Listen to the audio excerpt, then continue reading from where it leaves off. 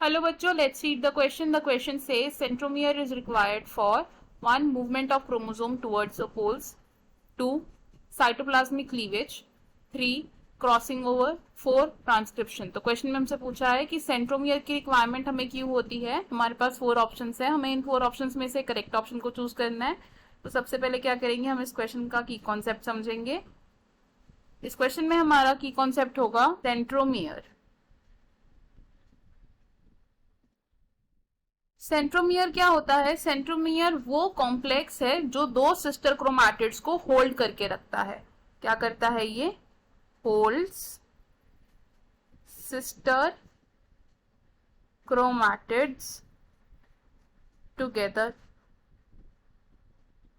कैसे होल्ड करता है सिस्टर क्रोमैटिड्स को ये?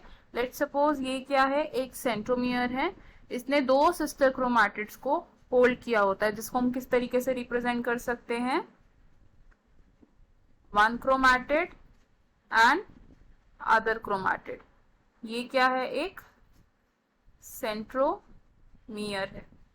सेंट्रोमियर का एक और इंपॉर्टेंट फंक्शन क्या होता है कि ये site of attachment of spindle fibres होता है. ये क्या है? Site of attachment of spindle fibres. Spindle fibres spindle fibre से जब अटैचमेंट होगी सेंट्रोमियर की, तो क्या होगा? During anaphase of cell division. Anaphase के दौरान क्या होता है कि ये जो सेंट्रोमियर होता है ये स्प्लिट हो जाता है. क्या होता है? स्प्लिटिंग होती है. किसकी? सेंट्रोमियर की. और जब सेंट्रोमियर की स्प्लिटिंग होती है तो जो सिस्टर क्रोमैटिड्स हैं ये ऑपोजिट पोल्स पर मूव कर सकते हैं. Chromatids move to opposite poles.